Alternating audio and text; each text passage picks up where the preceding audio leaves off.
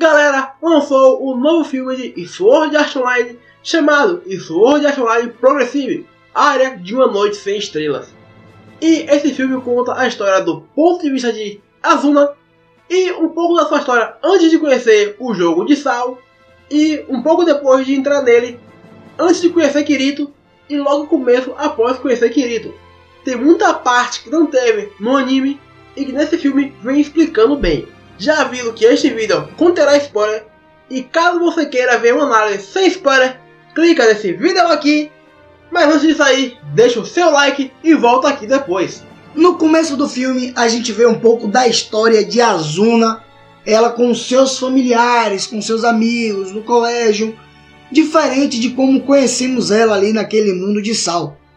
E vai mostrando algumas pessoas, e dessas pessoas tem uma amiga dela que se destacou bastante. O nome dela é Mizumi e ela era uma das beta testers do jogo de Sao. E posso te dizer, ela é muito forte em jogos, ela tem muita habilidade jogando e isso facilita e facilitou um pouco da vida de Asuna no mundo de Sao quando ela ficou presa lá, pois foi essa amiga dela quem ensinou várias maneiras de se jogar naquele jogo.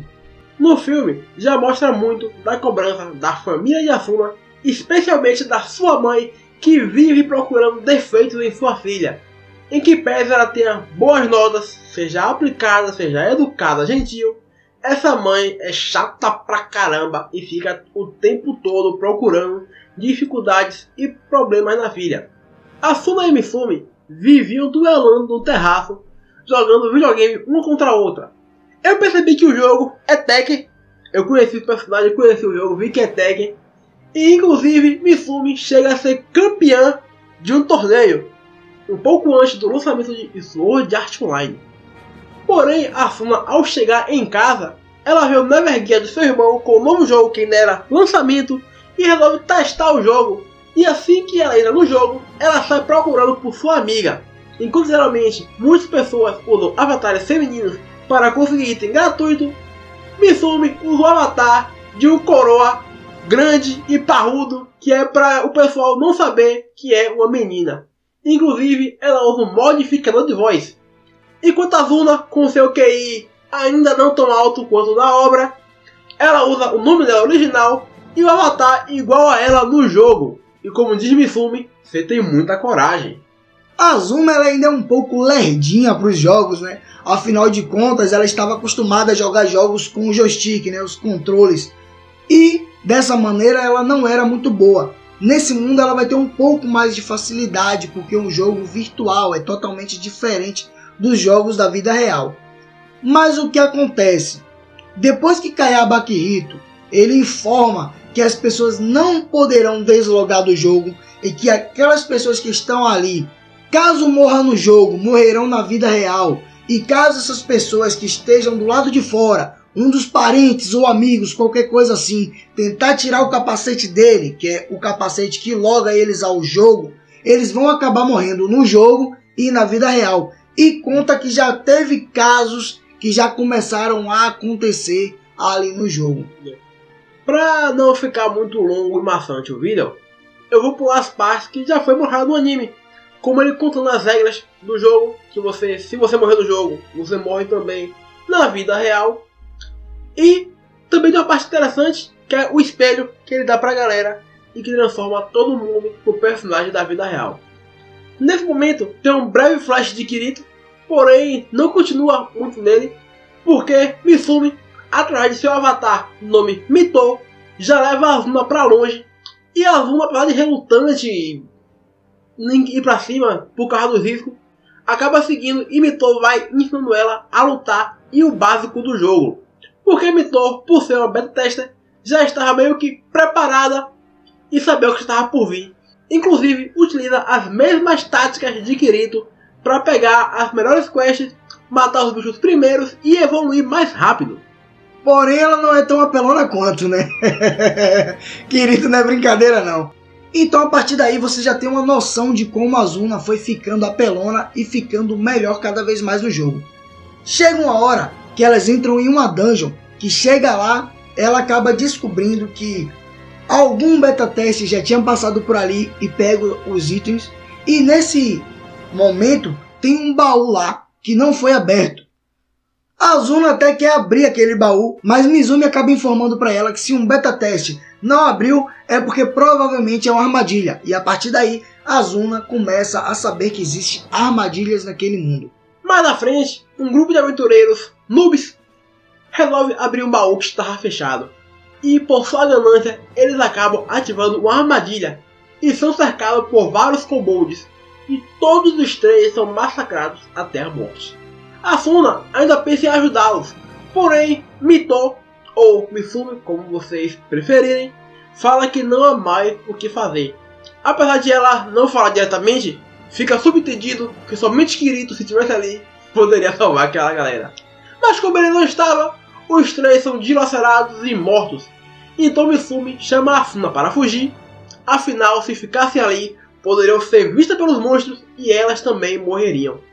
E nesse momento chegamos em um ponto crítico do filme, que é quando Mizumi e Asuna elas vão para uma floresta onde tem umas plantas carnívoras. Porém, uma das plantas tem um detalhe que é uma armadilha. E dentre essas plantas carnívoras tem uma que tem uma fruta vermelha na cabeça. E caso ela seja destruída, ela cria uma névoa em volta que acaba trazendo várias outras plantas carnívoras para te atacar. O que acontece? Izumi, ela acaba vendo um monstro que é uma espécie de item raro que aparece por ali. Então ela deixa Azuna lutando com as plantas e tenta capturar esse monstro. Nessa que elas se afastam, Izumi ainda consegue capturar o monstro, mas ao voltar ela percebe que Azuna está lutando com várias plantas e no meio da luta Azuna acaba acertando essa planta que tem a fruta vermelha na cabeça. Depois que ela acerta, acontece tudo que eu falei, né? Vários monstros começam a atacá-las, elas começam a se defender, porém Izumi acaba caindo de um penhasco, deixando que a Azuna fique cercada por várias plantas carnívoras, lutando sozinha. E isso trouxe um ponto que, como podemos falar, o filme é feito da forma que a Azuna viu as coisas. O que acontece? Mito tentou por diversas vezes voltar para ajudar a Asuna. Porém, ao tentar escalar novamente, tinha outra armadilha de queda e no caminho havia várias plantas carnívoras. Porém, quando a Asuna ia matar a última planta, apareceu um macacossauro ou um antrossauro gigante, como vocês acharem melhor. Eu particularmente prefiro o macacossauro. E aconteceu um ponto muito emblemático, que o macacossauro ele matou a planta carnívora. Ele derrubou a Azuna e foi morder ela. Porém, ele colocou a boca em volta dela e demorou cerca de 20 segundos para fechar a boca, o que foi tempo suficiente para Kirito chegar, intervir e matar o monstro. Detalhe que Mito, ela não queria ver a Azuna morrendo. Então quando ela viu que o life de Azuna, a barra de vida dela, estava zerando, ela saiu do grupo e fugiu. Só que ela não saiu porque ela abandonou a Asuna. Ela saiu porque ela não queria ver a amiga morrendo e ela estava em um ponto que ela não tinha mais o que fazer. E isso mais à frente vai ser muito importante.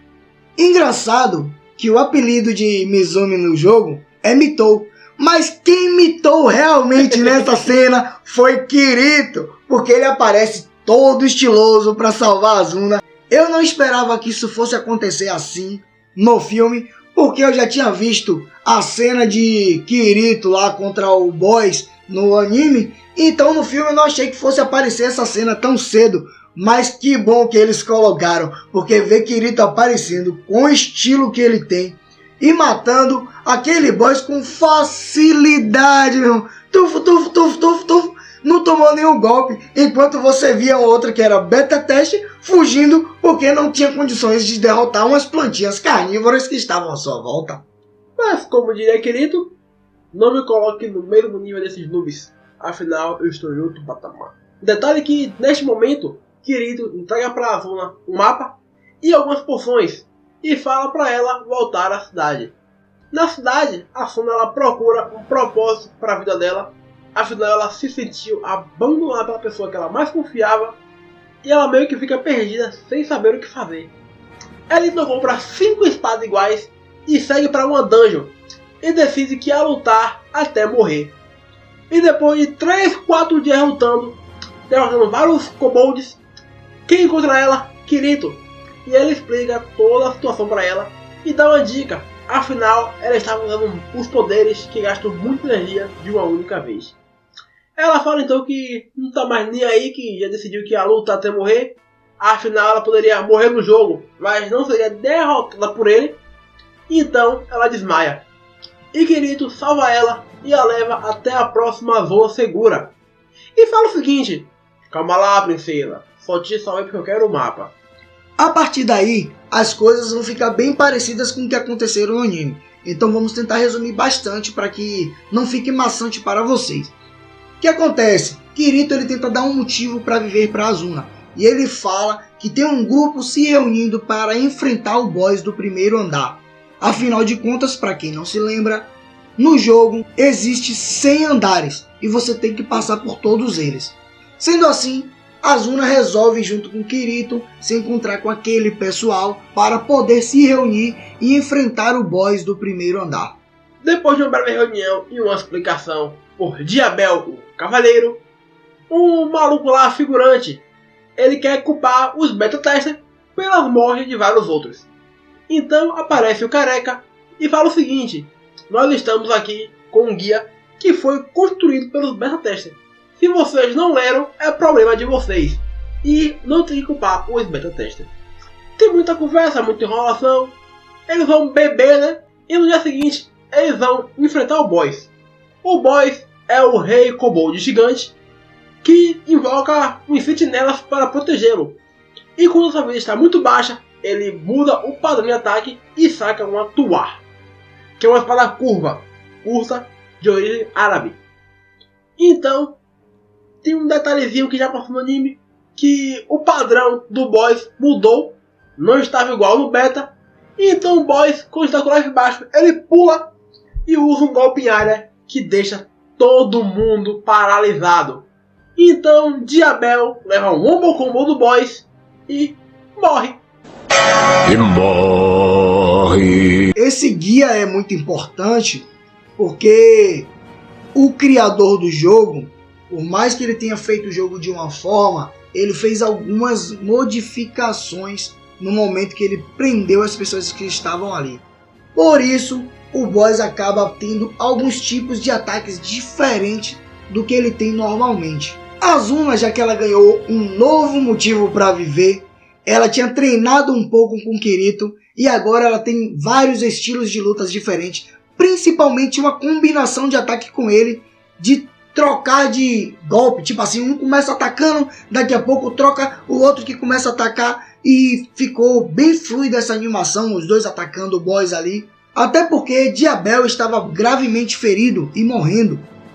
Em um determinado momento, Kirito vai até ele, tenta dar a porção para ele, porém ele não aceita e fala alguma coisa sussurrando no ouvido de Kirito. Pelo que deu para entender, né? Ele realmente queria morrer. Ele já estava fadigado de ficar preso naquele jogo. Então, no meio do combate contra o boss, a Asuna ela encontra Mito novamente. E porque eu falei que um detalhe da história sendo ponto de vista de Asuna é muito importante. Ela teve uma conversa com Kirito sobre Mito, e ela fala que Mito abandonou ela por um item raro, sendo que na verdade não foi isso que aconteceu. Porque quando Mito saiu do grupo, ela já não tinha mais o que fazer para ajudar a Asuna. Ela acreditava que a Asuna ia morrer e ela não queria ver uma amiga dela morrer, como aconteceu com outras pessoas. E esse é o motivo de a Asuna não gostar de fazer parte. E como nós podemos ver, a Asuna está bem frágil nesse filme. Só que no anime ela já era vice-capitã de uma guilda. E ela já era a Asuna, a espada relâmpago, enquanto Kirito era o espadachim negro. Porém, esse filme se passa antes de ambos terem esse título de apelões. E depois de uma combinação de ataques de Kirito, Azuna e Mizumi, eles acabam derrotando o boss daquela fase. E finalmente agora está aberto a passagem para o nível 2. E então eles saem e começam a conversar do lado de fora. O que acontece é que um dos personagens que estão ali, um dos figurantes, ele fica chateado, afinal de contas ele percebe que no meio da batalha Kirito deu algumas ideias para as pessoas se afastarem. Afinal de contas, o boss ele só atacava em área quando as pessoas se reuniam em volta dele. Por isso, as pessoas se afastaram e somente Kirito, Asuna e Mizumi derrotaram o boss. Um dos figurantes, ao perceber que Kirito era um beta-tester, ele começa a acusar Kirito e Asuna de serem beta-tester e quer culpar eles pela morte de Diabel. Então Kirito se ofende. Beta-tester? Não me compare com esses noobs. A maioria não sabia nem o que fazer e eu sozinho cheguei mais longe que muitos deles. Então, por favor, não me comparar com esses noobs, que isso soa até ofensivo. Então os caras falam que ele é um cheater, um beta e um cheater. Então ele é um bitter. Que lógica incrível. E Kirito fala, bitter? Legal, gostei disso. Melhor do que ser um beta.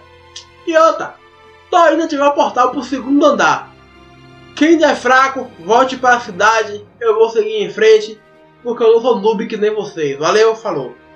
Por que ele avisa para as pessoas que estão fracas ou que são fracas voltarem para a cidade do primeiro andar? Porque no caminho para a cidade do segundo andar existem vários monstros e eles são muito mais fortes do que os monstros do primeiro andar. E muitos deles podem acabar morrendo. Porém, se alguém quiser seguir ele, pode vir. Mizumi vendo aquilo, ela vai conversar com a Asuna para saber se a Asuna quer fazer parceria com ela novamente, né? Participar do grupo.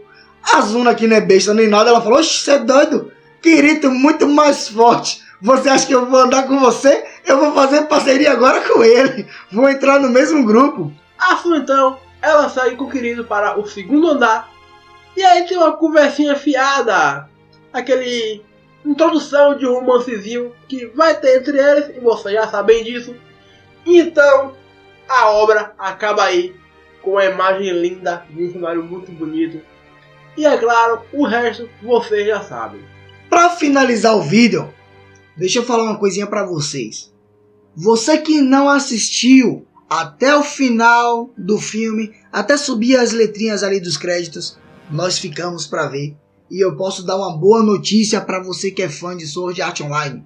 Haverá o próximo filme. E posso te dizer que nós estaremos lá para assistir e para trazer as novidades para vocês. E a previsão é para esse ano ainda, viu? 2022 deve estar no cinema japonês. Mas, de qualquer jeito, vai lançar e isso é uma boa notícia. Porque aparentemente toda a novel do Progressive será adaptada e ela tem muita coisa que não mostrou no anime. O que estamos esperando ver no próximo filme? Mostrou Kirito nesse momento passando do primeiro andar. O que a gente quer ver realmente é que mostre ele passando ali do segundo andar, do terceiro andar, do quarto andar, do quinto andar, assim por diante. Porque no anime isso não foi mostrado. Muitas vezes mostrava ele passou do primeiro andar e já pulou para um outro andar, tipo assim. Um exemplo, pulou pro quinto, depois pulou pro 10º, pulou já pro 20º e assim foi indo. Então a gente quer e a gente espera ver pelo menos ele passando de cada boss ali, de cada andar, que até chegar pelo menos lá no 100º. Que inclusive é a ideia do Progressive. Será que daremos um filme por andar? Se não for assim. Vai superar muitos e muitos filmes aí. Que tem 1, 2, 3, 4 Velozes e Furiosos mesmo, que já tem até o 9 aí. Vai sair superando até esses qual? filmes tudo. 9, 11, sei lá. Já, não? Sei lá. Mas vai sair superando esses filmes tudo, se for até o 100 mesmo. Né? E é isso, galera. Esse foi a análise, o review, a explicação do novo filme do Sword Art Online. Vale a pena assistir, tá muito bonito. Pra quem gosta de se aprofundar mais na história, além da porradaria e da ação, vale a pena assistir o filme em si. Eu achei que teve alguns diálogos interessantes e explicou muita coisa sobre o jogo que não mostrou no anime. É isso aí, galera. Infelizmente, isso é tudo. Ficamos por aqui. Um abraço e fica com Deus!